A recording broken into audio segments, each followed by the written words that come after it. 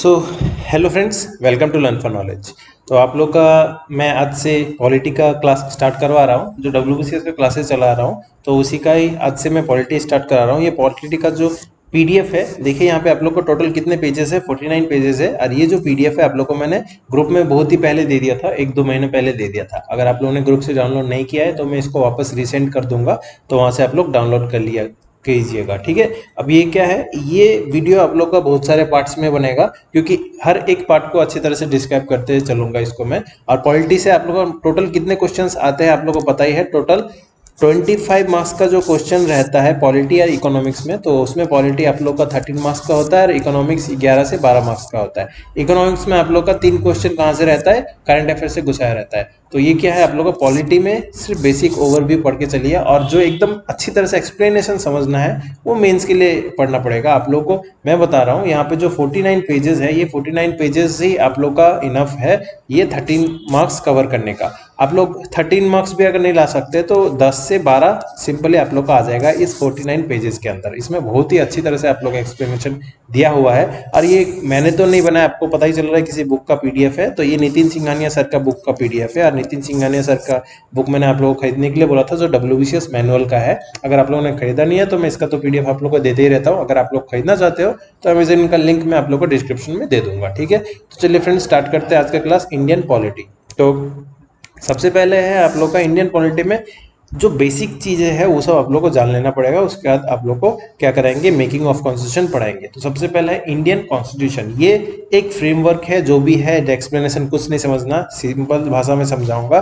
क्या है आप लोग का, जैसा कोई भी देश को चलाने के लिए आप लोग क्या है, इस देश को स्वाधीन होना पड़ता है। स्वाधीन तो हो गए, बट देश चलेगा कैसे, कानून के आधार पर चलेगा ना। तो वही क्या है, कानून, एक संविधान, किसी भी देश को चलाने के लिए एक संविधान की जरूरत पड़ती है। विदाउट संविधान कोई देश चल नहीं सकता। जैसे मान लीजिए मेरे घर के सामने एक जमीन है, ठीक है, और वो जमीन मेरा है, और पास के वहाँ पे और एक बंदा है, वो ये मेरे घर के सामने रहता है और मैं घर में नहीं रहता, ठीक है। मैं चला गया कहीं पे, ऑलमोस्ट 10 या 12 साल के लिए बाहर चला गया। फिर यहाँ पे क्या है, वो जमीन पड़ा रहा, पास वाले बंदे ने क्या किया, वो उस जमीन में अपना घर बना लिया। तो मैं 10-12 साल बाद वापस आता हूँ तो देखता हूँ कि वो जमीन तो हड़प लिया है। तो क्या है, ये क्या वो हड़प सकता है? नहीं, ये हड़प नहीं सकता।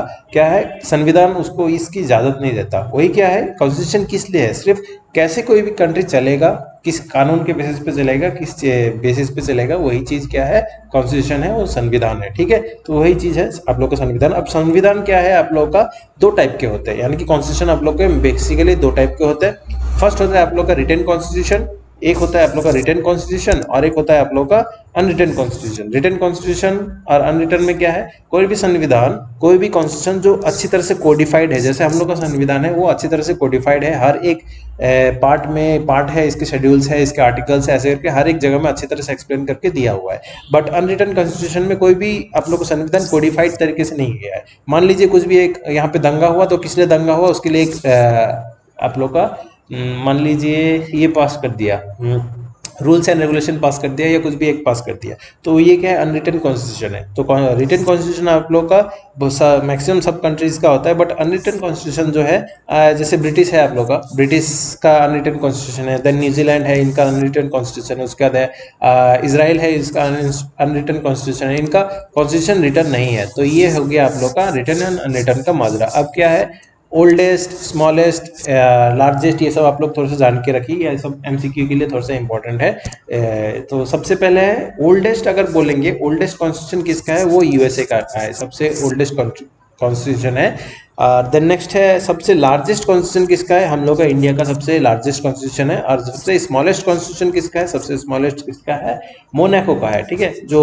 वर्ल्ड का सेकंड स्मॉलेस्ट पॉपुलेशन सिटी है या कंट्री है। सबसे कम से पॉपुलेटेड तो आप लोग को पता ही है, वेटिकन सिटी है, ठीक है। ये सब आप लोग एक्स्ट्रा इन्फॉर्मेशन जान के रखिए। और जो जो एक्स्ट्रा इन्फॉर्मेशन मैं बताता हूँ आप लोग प्लीज वो सबको नोट डाउन कर लिया कीजिएगा, क्योंकि एक बुक में सब टाइप के क्वेश्चंस नहीं रहते, सब टाइप का आप लोग का एक्सप्लेनेशन दिया नहीं रहता, सब टाइप का आप लोग का क्वेश्चंस नहीं मिलते। तो वही क्या है, मैं जो एक्स्ट्रा इन्फॉर्मेशन आप लोग को दे रहा हूँ आप लोग साथ साथ में लिख लीजिएगा कीजिएगा, ठीक है। देन नेक्स्ट है, अब आते हैं यहाँ पे आप लोग का आइडिया सबसे पहले किसने दिया था? हम लोग का कॉन्स्टिट्यूशन होना चाहिए, सबसे पहले आइडिया दिया था एम.एन. रॉय ने। कब दिया था? 1934 में। अब ये एम.एन. रॉय कौन सी बड़ी हस्ती है? ये बहुत ही एमिनेंट एक पर्सनैलिटी है, आप लोग को पता ही होगा। जैसे आईएनसी आप लोग ने पढ़ा था, इंडियन नेशनल कांग्रेस का फाउंडर कौन थे? Allan Octavian Hume. और उसके बाद बड़ा पार्टी क्या है? बीजेपी है। इसके फाउंडर कौन है? श्यामा प्रसाद मुखर्जी।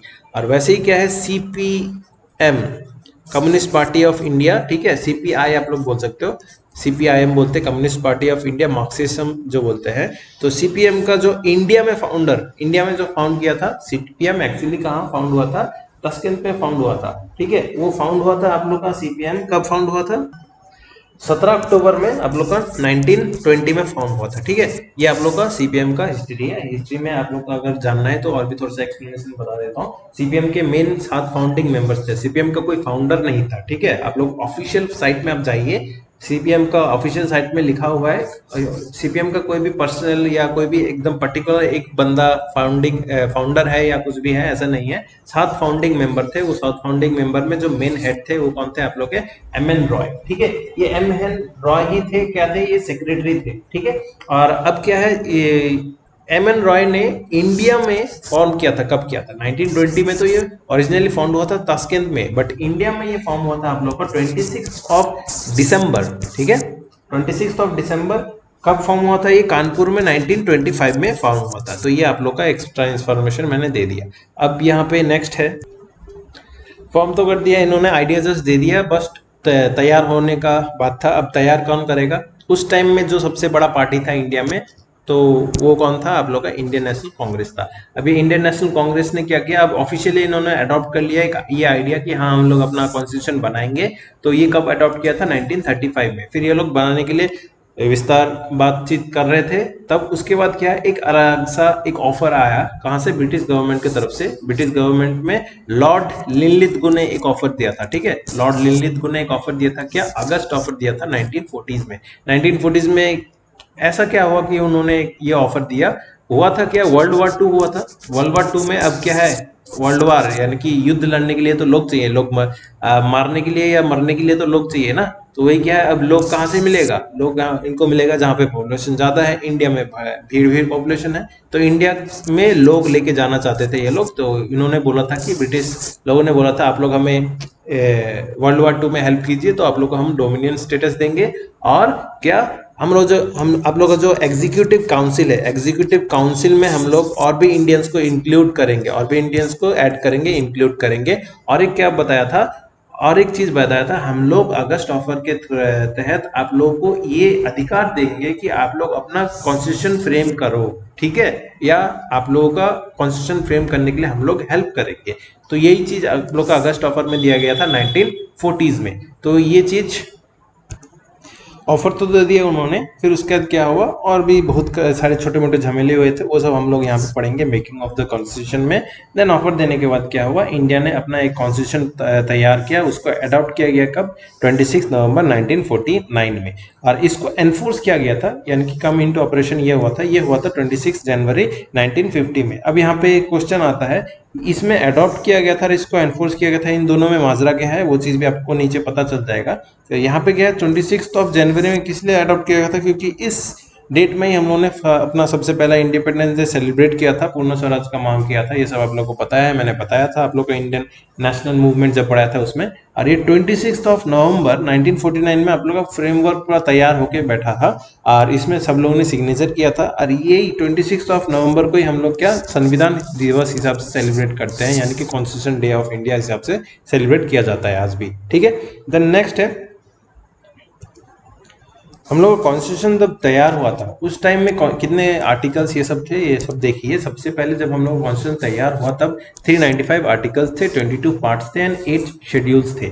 अभी प्रेजेंट में कितना है? 448 आर्टिकल है, 12 शेड्यूल्स हैं एंड 24 पार्ट्स है। अब यहाँ पे बोलोगे सर हम लोगों ने बहुत सारे बुक्स में क्या है 470 पार्ट्स देखे हैं, आर्टिकल्स देखे हैं, पार्ट हम लोगों ने 25 देखे हैं। तो हाँ डेफिनेटली आप लोगों ने देखा होगा। क्यों बता रहा हूँ? क्योंकि आप लोग का ना कभी आर्टिकल से क्वेश्चन पूछा जाएगा, ना कभी पार्ट से क्वेश्चन पूछा जाएगा। क्योंकि क्या है, आर्टिकल का क्या है, आज आप लोग का 577 है, कल आप लोग देखोगे 572 है, देन उसके बाद 3 दिन बाद आप लोग देखोगे 560 हो जाएगा, 460 हो जाएगा, ऐसे करके। ये क्या है, आर्टिकल्स का क्या है, कभी ऐड होता है, कभी रिमूव होता है, फ्लक्चुएट होते रहता है, तो इसलिए आर्टिकल्स का कभी ये लोग पूछते नहीं हैं। तो वही अब संसद में तो डेली बहस चलती रहते हैं, तो वही क्या है, आप लोग का कुछ अगर ऐड करना है तो ऐड करते हैं, रिमूव करना है तो रिमूव करते हैं। आप लोगों को सिर्फ जो लेटेस्ट चीज अभी पढ़ना है वो क्या पढ़ना है, सिर्फ 12 शेड्यूल्स है, ये चीज एक्स्ट्रा आप लोग पढ़ के रखिए। अब पार्ट्स में क्या है, पार्ट्स आप लोग का जो 22 था 22 ही है, बट ये क्या हो गया 22 में क्या है, जैसे नाइन्थ का ए, देन नाइन्थ का बी पंचायत, देन बी में आप लोग का म्यूनिसिपैलिटी ऐसे करके ऐड हो गया। देन सेवेंथ वाला जो है वो आप लोग का कैंसिल आउट हो गया, पार्ट 7 बोल के कुछ है ही नहीं इंडिया के कॉन्स्टिट्यूशन में। तो वही चीज क्या है आप लोग का, ये पार्ट भी आप लोग याद मत कीजिए, पार्ट कितना था 22 था, यही आप लोग का सिर्फ पढ़ के रखना है। तो मैं बता रहा हूँ आप लोग कॉन्स्टिट्यूशन का आर्टिकल 395 पढ़ के रखिए, 22 पार्ट पढ़ के रखिए, और शेड्यूल्स कितना 12 शेड्यूल्स है ये पढ़ के रखिए। ये 12 शेड्यूल पहले 8 थे और ये 12 हो गया, यानी कि 4 जो ऐड किया गया है वो 4 कब कब ऐड किया गया, क्या क्या है, और कौन कौन से डेट में ऐड किया गया है, कौन से अमेंडमेंट में ऐड किया गया है, ये सब चीज आप लोग को पढ़ना है। क्योंकि ये वाला चीज मैंने आप लोग का अलग सा कॉन्स्टिट्यूशन अमेंडमेंट कितना किया गया है और वो सब के बारे में अलग सा मैंने वीडियो प्रोवाइड कर दिया था, वो वाला वीडियो अगर आप लोगों ने देखा नहीं है तो वो भी देख लीजिएगा, ठीक है। हम लोग का कॉन्स्टिट्यूशन तैयार होगा या कॉन्स्टिट्यूशन हेल्प करने, कॉन्स्टिट्यूशन बनाने के लिए, कॉन्स्टिट्यूशन फ्रेम करने के लिए एक कॉन्स्टिट्यूशन असेंबली सेटअप किया गया था। वो जो सेटअप हुआ था किसके अंडर में हुआ था, एक कैबिनेट मिशन के अंडर हुआ था, कैबिनेट मिशन प्लान के अंडर हुआ था। ये इंडिया में कब आया था, 16 मई 1946 के टाइम पे आया था। अब ये क्या है कैबिनेट मिशन, क्या है कैबिनेट मिशन प्लान, 3 लोग आए थे। इंडिया जब स्वाधीन होगा, स्वाधीन के बाद क्या है, स्वाधीनता के बाद इनको एक कॉन्स्टिट्यूशन की जरूरत पड़ेगी। कॉन्स्टिट्यूशन बनाने के लिए ब्रिटिश पार्लियामेंट से आई थिंक तब प्राइम मिनिस्टर विंस्टन चर्चिल थे, तो उन्होंने ब्रिटिश पार्लियामेंट ने क्या किया, 3 लोगों को भेजा, स्पेशलिस्ट लोगों को भेजा इनका संविधान बनाने के लिए। तो वही 3 लोग क्या कैबिनेट मिशन में थे, और ये कैबिनेट मिशन प्लान इसको ही बोला जाता है। वो 3 लोग जो थे वो आप लोग को जान के रखना पड़ेगा। सबसे पहले थे सर स्टैफोर्ड क्रिप्स थे, एंड देन पैट्रिक लॉरेंस थे, और उसके बाद एवी अलेक्जेंडर थे। अब ये इनका पोस्ट क्या था ये सब भी आप लोग को जान के रखना पड़ेगा। तो यहाँ पे जो सबसे पहले मैंने बताया आप लोग को सर स्टैफोर्ड क्रिप्स, ये उस बोर्ड के आप लोग के प्रेसिडेंट थे। देन उसके बाद पैट्रिक लॉरेंस सेक्रेटरी थे, यानी कि ये secretary of the board for India, ये थे सेक्रेटरी थे। सिंपल से आप लोग समझ के रखिए, स्टैफोर्ड क्रिप्स थे प्रेसिडेंट, और लॉर्ड पैट्रिक लॉरेंस थे क्या सेक्रेटरी थे, और जो एबी अलेक्जेंडर जी थे वो आप लोग के फर्स्ट लॉर्ड थे एडमिरलिटी के। तो ये जस्ट ये इनका नाम नहीं भी पढ़ोगे तो चलेगा, बट यहाँ पे इंपॉर्टेंट है स्टैफोर्ड क्रिप्स प्रेसिडेंट थे और पैट्रिक लॉरेंस सेक्रेटरी थे। ये दोनों चीज आप लोग को नाम याद करके रखना पड़ेगा, ठीक है। ये हो गया आप लोग का एकदम बेसिक, कहाँ से कैसे करके स्टार्ट हुआ, कैसे करके आप लोग फॉर्म हुआ, कौन से डेट में फॉर्म हुआ। अब नेक्स्ट आता है composition of the constitution. Constitution का जो कंपोजिशन असेंबली, कॉन्स्टिट्यूशन असेंबली में कितने लोग थे, टोटल स्ट्रेंथ क्या था, कहाँ से कौन से लोग आए थे। तो इसके लिए मैं आप लोग का अलग सा एक डायग्राम बना के समझाता हूँ, क्योंकि यहाँ पे जब आप लोग लाइंस में पढ़ते हो ना तब याद रहना मुश्किल होता है। तो यहाँ पे थोड़ा सा स्पेस खाली है, तो यहाँ पे मैं आप लोग को बना के दिखा दे रहा हूँ। तो सबसे पहले आप लोगों को क्या है, टोटल जो कॉन्स्टिट्यूशन असेंबली था उसमें टोटल लोग कितने थे, 389 मेंबर्स थे, ठीक है। लोग यानी कि हर एक मेंबर को ऐसे करके पकड़ते हैं नहीं, आप लोग को मेंबर्स पकड़ेंगे। मेंबर्स कितना था, टोटल मेंबर था 389। वो 2 हिस्सों में डिवाइड था। फर्स्ट 2 हिस्सों में कहाँ से, फर्स्ट था आप लोग का ब्रिटिश इंडिया से कितने लोग आए थे। ब्रिटिश इंडिया से जो मेंबर्स टोटल थे 296 मेंबर्स थे। और उसके बाद आप लोग जो प्रिंसली स्टेट्स थे, आप लोगों को पता ही है हम लोग इंडिया के पहले क्या अलग से स्टेट नहीं हुआ करते थे, जो थे राजा लोग थे, वैसे आप लोग प्रिंसली स्टेट्स थे। प्रिंसली स्टेट से कितने लोग आए थे, 93 लोग आप लोग के मेंबर्स लोग आए थे, ठीक है। अब यहाँ पे ब्रिटिश इंडिया में जो आप लोग का डिवीजन है, ब्रिटिश इंडिया में कैसे करके डिवीजन है, गवर्नर प्रोविजंस है, ठीक है, और कमिश्नरेट है, जो मेन हेड क्वार्टर्स थे। कमिश्नरेट हम लोग का कितने हेडक्वार्टर्स थे, 4 हेडक्वार्टर्स थे तब के। तो गवर्नर प्रोविजन से कितने लोग आए थे, 292 लोग आए थे, ठीक है। और यहाँ से कमिश्नरेट प्रोविजन से कितने लोग आए थे, 4 लोग आए थे। ये कमिश्नर प्रोविजंस कितने हैं आप लोग को यहाँ पे मैं दिखा दूं, यहाँ पे बताया है जो कमिश्नरेट प्रोविजंस है वो है आप लोग का यहाँ पे दिल्ली एक है, अजमेर एंड मेवाड़ एक है, देन कुर्ग एक है, और एक ब्रिटिश बलूचिस्तान एक है, ठीक है। तो ये सब हो गया आप लोग कॉन्स्टिट्यूशन असेंबली के मेंबर्स कितने थे, कैसे करके डिवीजन किया गया है। वही चीज आप लोग को मैंने अच्छी तरह से बता दिया। ये सब आप लोग को जो लाइन आप लोग पढ़ना चाहते हो अगर पीडीएफ में अच्छी तरह से पढ़ लीजिएगा, बट मैं आप लोग को रिकमेंड करूंगा आप लोग पढ़ेंगे ऐसे करके, ये फ्लो चार्ट बना के पढ़िए तो आप लोग को ज्यादा अच्छी तरह से याद रहेगा। एक एक लाइन वाइज लाइन पढ़ोगे तो उतना याद नहीं रहेगा। तो टोटल मेंबर्स कितने थे, टोटल मेंबर्स थे 389, और ब्रिटिश इंडिया के से कितने लोग आए थे, 296 मेंबर्स लोग आए थे। और जो हम लोग का प्रिंसली स्टेट्स थे लोग आए थे, प्रिंसली स्टेट से कितने लोग आए थे, 93 लोग आए थे। और गवर्नर प्रोविजन से टू 92, और उसके बाद कमिश्नर से 4 लोग मेंबर्स थे। ठीक है, तो ये हो गया आप लोग का कॉन्स्टिट्यूंट असेंबली के कितने लोग थे, ये सब कुछ। अब नेक्स्ट है आप लोग का मेकिंग ऑफ द कॉन्स्टिट्यूशन। ये कॉन्स्टिट्यूशन फॉर्म जो होगा, कैसे करके फॉर्म हुआ और क्या क्या कब कब हुआ, सब कुछ यहाँ पे एक्सप्लेनेशन अच्छी तरह से बताया गया है। तो ये वाला चीज मैं आप लोग को आप बता रहा हूँ। तो फर्स्ट है जो कॉन्स्टिट्यूशन असेंबली है, कॉन्स्टिट्यूशन असेंबली तो तैयार तो हो गया, किसके अंडर में तैयार हुआ था, यहाँ पे कैबिनेट मिशन के अंडर में तैयार हुआ था, यहाँ पे आप लोग को बताया है। ठीक है, बट कॉन्स्टिट्यूशन असेंबली में जो लोग थे, वो लोग कौन कौन से लोग थे, वो डिवीजन तो आप लोग को मैंने बता दिया ऊपर में, तो वही देखिए। अब कॉन्स्टिट्यूशन असेंबली जो हुआ था, सबसे पहले उन्होंने फर्स्ट मीटिंग कहाँ पे किया था, फर्स्ट मीटिंग इन्होंने कहाँ पे किया था, दिल्ली में किया था, क्योंकि आप लोगों को पता ही है पार्लियामेंट कहाँ पे, दिल्ली में है। तो वही चीज क्या है, फर्स्ट मीटिंग जो हुआ था, मीटिंग हुआ था दिल्ली में हुआ था। अब दिल्ली में कहाँ पे हुआ था, अगर एग्जैक्ट जगह पूछेंगे तो वो आप लोग का अभी जो नाम है उनका क्या है, सेंट्रल हॉल ऑफ पार्लियामेंट आप बोल सकते हो। ठीक है, तो आप लोग का फर्स्ट मीटिंग कहाँ पे हुआ था, दिल्ली में हुआ था। अब ये डेट सब आप लोग को याद करके रखना पड़ेगा, क्योंकि क्या है, इन डेट से क्वेश्चन आ जाते हैं। फर्स्ट मीटिंग कब हुआ था, कहाँ पे हुआ था, क्या हुआ था, ये सब कुछ पूछ लेते हैं। तो कॉन्स्टिट्यूंट असेंबली का फर्स्ट मीटिंग दिल्ली में हुआ था। फर्स्ट मीटिंग कब हुआ था, 9 दिसंबर 1946 में। इसमें क्या किया था, मुस्लिम लीग ने बॉयकॉट किया था कि हम लोग यहाँ इस मीटिंग में जाएंगे नहीं। तो अब यहाँ पे क्या है, फर्स्ट मीटिंग जो हुआ, अब वहाँ पे एक प्रेसिडेंट को तो उनको अपॉइंट करना पड़ेगा, इलेक्ट करना पड़ेगा। तो वही क्या था, तब जो मेन अब पार्टी है, मुस्लिम लीग तो चला गया, तो मेन पार्टी कौन सा, इंडियन नेशनल कांग्रेस था। इंडियन नेशनल कांग्रेस के स्वाधीनता के टाइम पे जो हमारे प्रेसिडेंट थे, वही अभी कॉन्स्टिट्यूंट असेंबली के जस्ट नॉर्मल प्रेसिडेंट थे। कौन थे, आचार्य कृपलानी जी थे। ठीक है, आचार्य कृपलानी जी ने क्या किया, सब खड़े हो गए थे, उन्होंने बोला कि यहाँ पे सबसे सीनियर मोस्ट जो अभी पर्सन है, उनको हम लोग अपना टेम्पररी प्रेसिडेंट बनाएंगे, यानी कि अस्थाई। ठीक है, तो वही टेम्पररी प्रेसिडेंट जो बने थे, कौन बने थे, डॉक्टर सच्चिदानंद सिन्हा, क्योंकि वो सबसे सीनियर मोस्ट पर्सन थे उस असेंबली के। तो वही इनको परमानेंट प्रेसिडेंट नहीं, टेम्पररी प्रेसिडेंट बनाया गया था। किसने बनाया था, आचार्य कृपलानी ने बनाया था। देन लेटर ऑन वापस मीटिंग हुआ, देन 11 दिसंबर को परमानेंट प्रेसिडेंट सिलेक्ट किया गया। परमानेंट प्रेसिडेंट किसको सिलेक्ट किया गया था, ये डॉक्टर राजेंद्र प्रसाद यादव को सिलेक्ट किया गया था। और यही क्या थे, हमारे इंडिया के फ्री इंडिया के फर्स्ट प्रेसिडेंट भी बने थे। और H.C. मुखर्जी जो थे, ये वाइस प्रेसिडेंट थे। ठीक है, H.C. मुखर्जी वाइस प्रेसिडेंट थे, बहुत जगह में पूछ लेता है, ये सब आप लोग देख लीजिए। देन नेक्स्ट है अब यहाँ पे, देन नेक्स्ट जवाहरलाल नेहरू ने क्या किया, जवाहरलाल नेहरू ने एक ऑब्जेक्टिव रेजोल्यूशन पास किया। ऑब्जेक्टिव रेजोल्यूशन, अब ये क्या मजा रहा है, क्या चीज है अलग सा, ऐसा कुछ नहीं है आप लोग का। देखिए 9 तारीख को ये लोगों ने मीटिंग किया, 11 तारीख को वापस मीटिंग किया, देन 13 तारीख को दिसंबर को इन्होंने वापस एक मीटिंग किया। उसमें क्या किया, जवाहरलाल नेहरू ने एक ऑब्जेक्टिव रेजोल्यूशन पास किया। मान, ऑब्जेक्टिव मतलब क्या है, आप लोग जब स्कूल में प्रैक्टिकल्स करते थे, ऑब्जेक्टिव लिखते थे ना, हम लोग ये किस लिए कर रहे हैं, वही चीज है। इन्होंने बताया था कि हमारा जो कॉन्स्टिट्यूशन है कैसा होना चाहिए, और कैसे टाइप में हम लोग को कॉन्स्टिट्यूशन देना पड़ेगा, या कैसे टाइप का हम लोग कॉन्स्टिट्यूशन होना चाहिए। तो वही चीज आप लोग का ऑब्जेक्टिव रेजोल्यूशन है, इसको पास किया गया था। एंड 26 जनवरी में, कुछ ही दिनों के बाद ही 22 जनवरी में ये पास को एक्सेप्ट भी कर लिया गया। और वही चीज अभी क्या है, हम लोग का कॉन्स्टिट्यूशन का प्रियम्बल है। ठीक है, जैसा हम लोग का ऑब्जेक्टिव होना चाहिए, प्रियम्बल में तो बताया गया है हम लोग का सोवरेन, सोशलिस्ट एंड डेमोक्रेटिक ऐसे टाइप का कॉन्स्टिट्यूशन होना चाहिए। तो वही चीज किसने पास किया था, जवाहरलाल नेहरू ने पास किया था, 13 दिसंबर 1946 में पास किया था। ठीक है, ये हो गया। देन नेक्स्ट, बहुत लोगों को अपॉइंट किया गया, जैसे कहा आप लोग कॉन्स्टिट्यूशन असेंबली में सिर्फ मात्र ये प्रेसिडेंट या वाइस प्रेसिडेंट ऐसे तो नहीं थे ना, बहुत सारे थे, जैसे ड्राफ्टिंग कमेटी के हेड थे, देन स्टेयरिंग कमेटी है, ये सब कुछ था। तो वही चीज है आप लोग का B.N. राव। ये B.N. राव आप लोग का नाम याद करके रखना पड़ेगा, किस लिए याद करके रखना पड़ेगा, कारण कि यहाँ पे B.N. राव थे, कॉन्स्टिट्यूशन के एडवाइजर थे।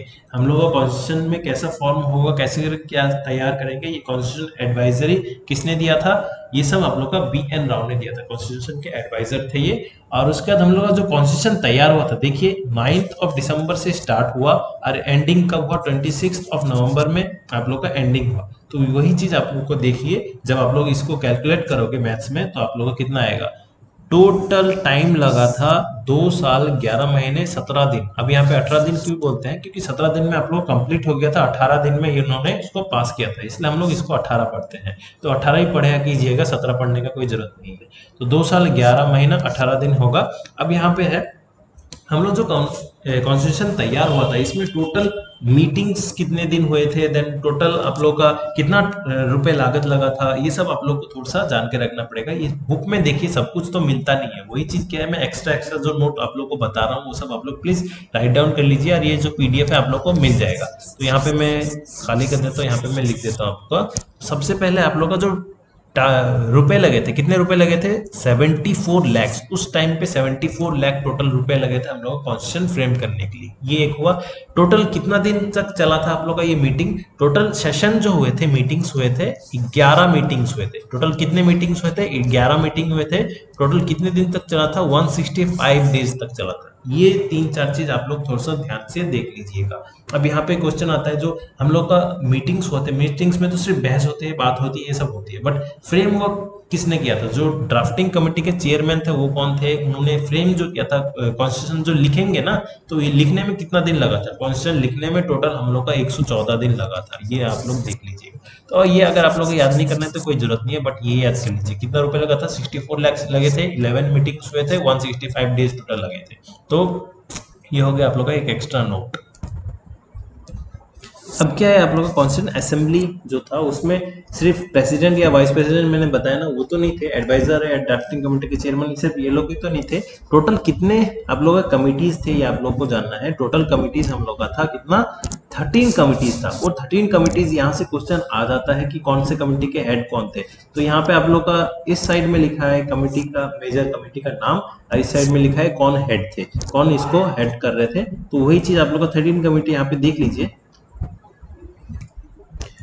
तो सबसे पहला जो है union power and committee, then state committee and constitution committee. ये तीन के जो मेन हेड थे वो थे जवाहरलाल नेहरू। अब यहाँ पे बहुत लोग को याद नहीं रहता सर कमेटी कैसे के याद करेंगे, तो जवाहरलाल नेहरू का मैं आप लोगों को याद करके बता सकता हूँ। जैसे पीएससी का आप लोग एग्जाम दे रहे हो ना, WBPSC, तो पी से आप लोग का पावर हो गया, एस से आप लोग का स्टेट हो गया, सी से आप लोग का कॉन्स्टिट्यूशन हो गया। ये पीएससी को जो हेड कर रहे हैं वो कौन है, जवाहरलाल नेहरू जी कर रहे हैं। ठीक है, आप लोग ऐसे करके भी याद करके रख सकते हो, वो आप लोग के ऊपर डिपेंड करता है आप लोग कैसे करके याद करना चाहते हो। ये सबको सिली ट्रिक्स बोलते हैं। देन नेक्स्ट है, इसके बाद आप लोग का जो नेक्स्ट आते हैं, ये जो स्टेयरिंग कमेटी के मेन, ड्राफ्टिंग कमेटी तो बार बार पूछता ही है, तो ड्राफ्टिंग कमेटी के जो चेयरमैन है वो कौन थे, BR अम्बेडकर थे।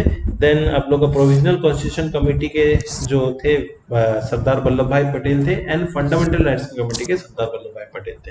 वैसे रूल्स एंड प्रोसीडिंग्स के राजेंद्र प्रसाद। स्टेयरिंग कमेटी ये वाला थोड़ा सा इंपॉर्टेंट है, ये बार बार पूछा जाता है, तो स्टेयरिंग कमेटी भी Rajendra Prasad, and financial staff भी यही थे डॉक्टर राजेंद्र प्रसाद के। देन क्रेडेंशियल के कृष्णा स्वामी थे, एंड हाउसिंग कमेटी के पट्टाभी सीतारामैया थे, एंड बिजनेस के थे KM मुंशी। अब बिजनेस कौन लोग करते हैं, मुंशी जी तो करते हैं ना, पैसा कौन लोग छापते हैं, मुंशी जी छापते हैं, तो वही है। बिजनेस के कौन थे, मुंशी जी थे, और फ्लैग कमेटी के डॉक्टर राजेंद्र प्रसाद ही थे। तो ये टोटल 13 कमेटी थे। ये 13 कमेटी आप लोग को याद करके रखना पड़ेगा।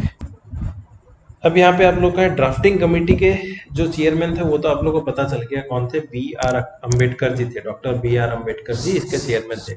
और उसके साथ उनको एसोसिएट्स भी बहुत लोग हेल्प कर रहे थे, जैसे KM मुंशी, देन सैयद मोहम्मद अलाउद्दीन, अलाउद्दीन की कृष्णा स्वामी, देन ये सब नाम आप लोग याद मत कीजिए, मैं आप लोग को बताऊंगा, ये सब आप लोग को फालतू नाम है, क्योंकि आप लोगों को ये सब कभी आज तक जितना भी मैंने एग्जाम दिया आज तक कभी पूछा ही नहीं है। तो आप लोग अगर याद करना चाहते हो तो याद कर सकते हो, बट मैं आप लोग को रिकमेंड नहीं करूंगा याद करने का। सिर्फ ये याद करके रखिए ड्राफ्टिंग कमेटी के चेयरमैन कौन थे, क्योंकि क्वेश्चंस तो बहुत सारे हैं, ये सब तो अभी तक बेसिक है, बेसिक से मुश्किल से 1 या 2 क्वेश्चन ही आता है। ठीक है, तो ये हो गया।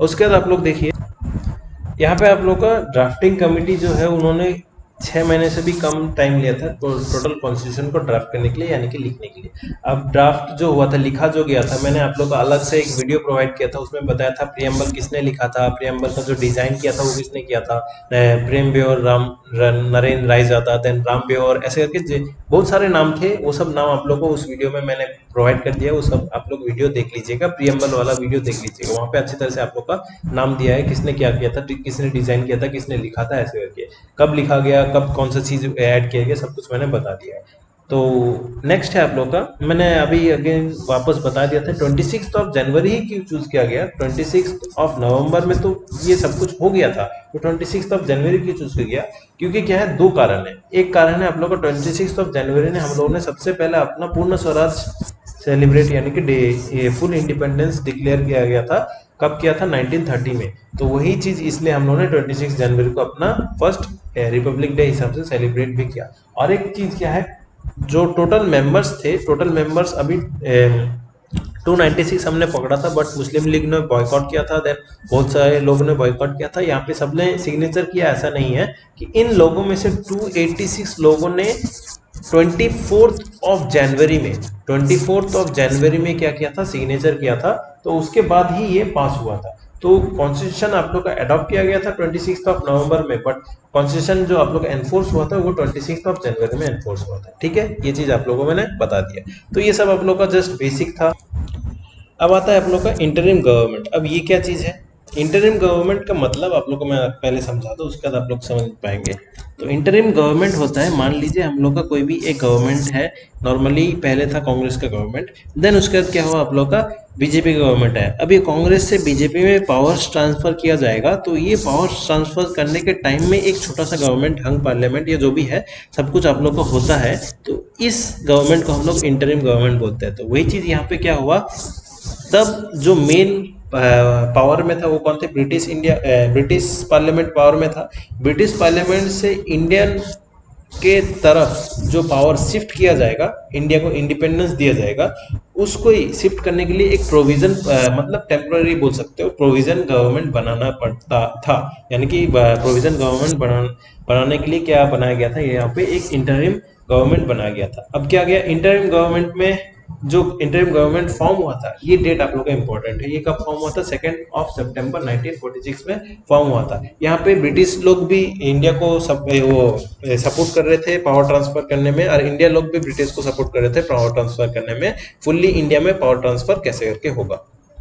ये इंटरिम गवर्नमेंट फॉर्म कैसे हुआ था? जो कॉन्स्टिट्यूएंट असेंबली हुआ था, कॉन्स्टिट्यूएंट असेंबली से लोगों को इलेक्ट किया गया था कि कौन से पोस्ट को संभालेगा। तो ऐसे करके आप लोग का इंटरिम गवर्नमेंट फॉर्म हुआ था। अब इंटरिम गवर्नमेंट के जो कैबिनेट मिनिस्टर्स या पोर्टफोलियो जो आप लोग बोलते हो, पोर्टफोलियो सिस्टम, कि कौन डिफेंस मिनिस्टर बनेगा, कौन कौन सा मिनिस्टर बनना है, तो इंटरिम गवर्नमेंट के थोड़ा सा जान के रखिए। ये सब टेम्पररी थे। तो वही क्या है, जवाहरलाल नेहरू जी क्या थे? जवाहरलाल नेहरू ये एक्सटर्नल अफेयर्स मिनिस्टर थे। वल्लभ भाई पटेल इंफॉर्मेशन यानी कि होम मिनिस्टर थे।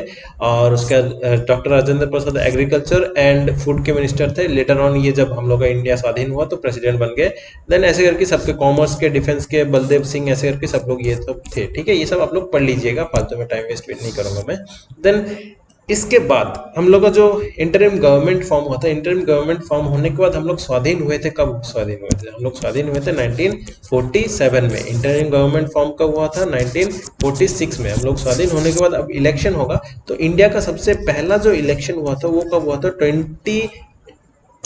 ये चला था आई थिंक, हाँ, 25 अक्टूबर 1951 से ये फरवरी तक चला था। डेट अभी याद नहीं है। फरवरी 1952 तक चला था। तो सबसे पहला जो लोकसभा का इलेक्शन हुआ था 51 में स्टार्ट हुआ था, 52 में आप लोगों का खत्म हुआ था लोकसभा का इलेक्शन।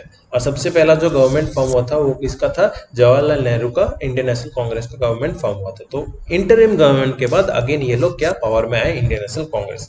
कब पावर में आए? 1952 में फॉर्म किया था इन्होंने। तो ये वाला चीज आप लोग देख लीजिएगा। परमानेंटली सबसे पहला लोकसभा का इन लोगों का था क्या? इंडियन नेशनल कांग्रेस का था। देन या इसके बाद जो एक्स्ट्रा पॉइंट्स आप लोगों को मैं बता रहा हूँ वो सब आप लोग थोड़ा सा राइट डाउन कर लीजिएगा अलग से। ठीक है। देन उसके बाद ये आता है, इंडिया ने जो कॉन्स्टिट्यूशन बनाया है, ये कॉन्स्टिट्यूशन क्या है? इंडिया ने बहुत सारे कंट्रीज से बोरो किया है कि कौन सी कंट्री का कौन सा चीज अच्छा है, ये सब हम लोगों ने सब कुछ बोरो किया है। तो वही सबसे इंपॉर्टेंट जो चीज है, गवर्नमेंट ऑफ इंडिया एक्ट जो पास हुआ था, गवर्नमेंट ऑफ इंडिया एक्ट 1935 में, इससे 75% चीज हम लोगों ने यहीं से लिया है। और ये गवर्नमेंट ऑफ इंडिया एक्ट जो जब पास किया गया था तब हम लोग के इंडिया से बहुत कुछ चेंजमेंट आया था। आप लोग को इंडियन नेशनल मूवमेंट में वो बताऊंगा। Simon commission, round table conference, सब कुछ इसके लिए ही हुआ था और इसमें हम लोगों ने सपोर्ट नहीं किया था। तो जो भी है फेडरल सिस्टम, यानी कि क्या है, यूनियन के पास तो पावर होगा ही होगा, यानी कि आप लोग सेंटर के पास पावर होगा, स्टेट के पास भी पावर होगा, कुछ पावर स्टेट के पास भी होंगे। तो इसे हम लोग फेडरल सिस्टम बोलते हैं। हम लोग जो इंडिया है यूनिटरी सिस्टम फॉलो नहीं करता, हम लोग क्या है फेडरल स्ट्रक्चर फॉलो करते हैं, यानी कि सेंटर और स्टेट में दोनों को ही इक्वल हिसाब से पावर दिया जाएगा। देन उसके बाद office of the governor, emergency provisions और पब्लिक सर्विस कमीशन, ये सब कुछ कहाँ से, गवर्नमेंट ऑफ इंडिया 1935 से हम लोगों ने बोरो किया था। अब यहाँ पे आप लोगों का एक क्वेश्चन आता है, मैंने भी जब पढ़ा था फर्स्ट टाइम में कि यहाँ पे इमरजेंसी तो हम लोगों ने कहाँ से पढ़ा है, इमरजेंसी हम लोगों ने लिया था कहाँ से, जर्मनी से लिया था। तो ये इमरजेंसी प्रोविजन अलग चीज है, ये आप लोग नहीं पढ़ना, ऐसे करके नहीं पढ़ना। तो आप लोग का नेक्स्ट है ब्रिटिश पार्लियामेंट से हम लोगों ने क्या क्या लिया है, पार्लियामेंट गवर्नमेंट कैसा होगा, देन सिंगल सिटीजनशिप, जैसे क्या है यूएस का क्या है, उन लोगों का 50 मान लीजिए कंट्रीज है, ठीक है, मतलब मान लो आप लोग स्टेट्स है, 50 स्टेट्स में क्या है, हर एक स्टेट का अपना अपना एक वोटर कार्ड है, और टोटल जब यूएस का इलेक्शन होता है तब उनका अलग से वोटर कार्ड होता है। तो क्या है, इन लोगों के पास दो ड्यूअल सिटीजनशिप का आप लोग का क्या है, दो दो आप लोगों का वोटर कार्ड है। बट इंडिया में क्या ऐसा होता है, नहीं, इंडिया में सिर्फ एक ही वोटर कार्ड होता है। जैसे ममता का अगर इलेक्शन हुआ तो उसके लिए भी वही वोटर कार्ड है, मोदी का अगर इलेक्शन हुआ तो उसके लिए भी वही वोटर कार्ड है। तो वही चीज क्या है, सिंगल सिटीजनशिप हम लोग फॉलो करते हैं। Then rule of law, law कैसे चलेगा, लेजिस्लेटिव प्रोसीजर, यानी कि क्या है, राज्यसभा में कितने दिन वो सिटिंग होगा, देन लोकसभा में कैसे करके बातचीत चलेगा, सब कुछ कहाँ से हम लोग लिया है, ब्रिटिश पार्लियामेंट से लिया है। देन कैबिनेट सिस्टम, जैसे कैबिनेट कौन से मंत्री कैसे करके होगा, जैसे फिनेंस मिनिस्टर कौन होंगे, उसके बाद हम लोग का प्राइम मिनिस्टर कौन होंगे, देन उसके बाद हम लोग का डिफेंस मिनिस्टर कौन होंगे, ये सब मिनिस्टर क्या है, कैबिनेट मिनिस्ट्री है। तो ये सब कैबिनेट सिस्टम कहाँ से आया, ये ब्रिटिश पार्लियामेंट से आया है। देन बिकामेरर, बिकामेरर का मतलब क्या है, विधानसभा एंड विधान परिषद। वही जैसे वेस्ट बंगाल में क्या है, अभी वेस्ट बंगाल में 2-3 दिन पहले ही ममता दीदी ने क्या बोला कि हम लोग अब विधान परिषद भी बनाएंगे। बिकामेरर यानी कि किसी भी स्टेट में एक आप लोग का लेजिस्लेटिव असेंबली होगा, यानी कि विधान सभा भी होगा, लेजिस्लेटिव काउंसिल भी होगा, यानी कि विधान परिषद भी होगा। तो उसे हम लोग क्या बोलते हैं, बाइकैमरल हाउस बोलते हैं, यानी कि 2 हाउस होना चाहिए किसी भी स्टेट में। अभी ये ज्यादा कंट्रीज में, ज्यादा स्टेट में तो है नहीं इंडिया में, आई थिंक मोस्ट प्रोबेबली 6 या 7 में है, वो सब धीरे धीरे हम लोग आएंगे, सब कुछ तो याद नहीं रहता। देन उसके बाद office of the CAG, then law making procedure, then first past the post system, ये सब कुछ हम लोग ने कहाँ से लिया था, ब्रिटिश का कॉन्स्टिट्यूशन से लिया था। तो ऐसे करके आप लोग को ये सब पढ़ना पड़ेगा। यूएस कॉन्स्टिट्यूशन से हम लोग ने क्या लिया है, देन उसके बाद हम लोग ने आयरलैंड से क्या डीपीएस भी लिया है, यूएस से हम लोग ने क्या लिया है, इम्पीचमेंट ऑफ प्रेसिडेंट लिया है। देन प्रियम्बल हम लोगों ने कहाँ से लिया है, यूएस से लिया है। फंडामेंटल राइट्स यूएस से लिया है। ये सब कुछ आप लोग का यूएस से लिया गया। ये सब कुछ आप लोग को पढ़ना है। पीडीएफ तो आप लोग को डिस्क्रिप्शन बॉक्स में तो नहीं मिलेगा, ग्रुप में मिल जाएगा। और आयरलैंड से हम लोगों ने डीपीएस भी लिया है, जिसको हम लोग क्या बोलते हैं, directive principle of state policy बोलते हैं, ठीक है। तो ये सब कुछ हम लोग ने आयरलैंड से लिया है। देन कनाडा से, ऑस्ट्रेलिया से क्या क्या चीज ले, सब कुछ यहाँ पे आप लोग को मिल जाएगा। अब देखिए, अब यहाँ पे आ गया जर्मनी का। जर्मनी से हम लोगों ने क्या किया है, suspension of fundamental rights during the election emergency. ये चीज है, ये चीज बहुत लोग कंफ्यूज करते हैं कि इमरजेंसी हम लोगों ने क्या लिया है। इमरजेंसी हम लोगों ने जर्मनी से नहीं लिया है, हम लोग जर्मनी से क्या लिया है, फंडामेंटल राइट्स को हम लोग सस्पेंड कर देते हैं इमरजेंसी के टाइम पे, ये हम लोगों ने जर्मनी से लिया है। और एक चीज क्या है, इमरजेंसी के टाइम पे कौन से आर्टिकल है जो आप लोग को सस्पेंड नहीं होता, 19, 20 एंड 21 ये सब सस्पेंड नहीं होता, बट 21 क्या है, कभी भी सस्पेंड नहीं होगा, ठीक है। लाइफ बचे रहने का जो अधिकार है वो आप लोग का कभी सस्पेंड नहीं होता। देन ये सब मैंने बताया आप लोगों को कहाँ से किया है, हम लोगों ने बोरो किया है। देन उसके बाद आप लोग आता है प्रियम्बल। प्रियम्बल के बारे में अच्छी तरह से एक अलग से मैंने वीडियो बनाया है, ये यहाँ पे 2-3 लाइन में प्रियम्बल समझाया गया, तो मैं आप लोग को यहाँ पे ये वाला नहीं पढ़ा रहा, वो वाला वीडियो मैं आप लोग को ये वाला वीडियो जैसे ही प्रोवाइड कर दूंगा, देन वो वाला वीडियो आप लोग को प्रोवाइड करूंगा। अगर मान लीजिए बहुत लोग भूल चुके हैं या आप लोग को लिंक नहीं मिल रहा ढूंढने के, तो वही चीज क्या है, मैं आप लोग को वाला वीडियो पहले प्रोवाइड कर दूंगा, क्योंकि प्रियम्बल वाला वीडियो पहले देखिए, उसके बाद आप लोग ये वाला वीडियो देखिएगा, ठीक है। तो ये हो गया आप लोग का पूरा क्या है, हम लोग का कॉन्स्टिट्यूशन कैसे करके फॉर्म हुआ था। स्पेशल फीचर्स क्या है, वही हम लोग का कॉन्स्टिट्यूशन थोड़ा सा लेंदी है, और हम लोग कॉन्स्टिट्यूशन को ही सबसे बड़ा मानते हैं, ये सब कुछ है। ये सब आप लोग को पढ़ने की जरूरत नहीं है, ये सब आप लोग सिंपली समझ जाओगे। देन शेड्यूल्स, टोटल शेड्यूल्स कितने हैं, ये शेड्यूल्स के ऊपर भी मैंने आप लोग का एक वीडियो बनाया है, वही अब मेरा चैनल का सबसे फेमस वीडियो है, और वो वीडियो मैंने आप लोग को प्रोवाइड भी किया था शेड्यूल्स के ऊपर। तब भी आप लोगों को मैं बता दूं, टोटल शेड्यूल हम लोग का 12 है। पहले कितना था, 8 था, अभी कितना है आप लोग का, 12 शेड्यूल्स है। इस 12 शेड्यूल्स में ये जो लास्ट के 4 शेड्यूल्स ऐड हुए, कब ऐड हुआ और कितने अमेंडमेंट में ऐड हुआ, ये सब आप लोग को अच्छी तरह से पढ़ लेना पड़ेगा। तो यहाँ पे ये सब मैं आप लोग को सिर्फ दिखा दे रहा हूँ क्या क्या चीज पढ़ना है। उसके बाद हम लोग नेक्स्ट दिन, आज तो यहाँ पर ही कंप्लीट करता हूँ। देखिए यहाँ पे टोटल 8 शेड्यूल तक तो अच्छी तरह से बताया गया है। तो देन उसके बाद देखिए यहाँ पे 9 शेड्यूल कब ऐड किया गया, कौन से अमेंडमेंट में ऐड किया, 10th शेड्यूल कब ऐड किया गया, कौन से अमेंडमेंट में ऐड किया गया, क्या चीज़ है डेफिकेशन लॉ जो राजीव गांधी जी लेके आए थे। देन उसके बाद पंचायत वाला जो सिस्टम है, ये उसके बाद अपना म्यूनिसिपल वाला सिस्टम, ये सब कुछ आप लोग कौन से अमेंडमेंट में हुआ था और कौन सा शेड्यूल में है, ये सब आप लोग एक एक आप लोग प्लीज याद कीजिएगा, यहाँ से क्वेश्चन आते हैं। देन 8 शेड्यूल में कितना हम लोग का लैंग्वेज है, वही 22 लैंग्वेज है। कौन कौन से लैंग्वेज है वो आप लोग देख लीजिए यहाँ पे। इसमें एक एक्स्ट्रा आप लोग को इन्फॉर्मेशन दे दूं मैं। एक्स्ट्रा इन्फॉर्मेशन तो ऐसा कुछ नहीं है कि एक्स्ट्रा इन्फॉर्मेशन क्या है, इंडिया में सबसे ज्यादा कौन सा लैंग्वेज बोला जाता है, हिंदी लैंग्वेज बोला जाता है। सेकंड में कौन सा नंबर है, सेकंड नंबर में बंगाली लैंग्वेज है, यानी कि आमरा, ठीक है से गौरवितो में बंगाली, जाई हो।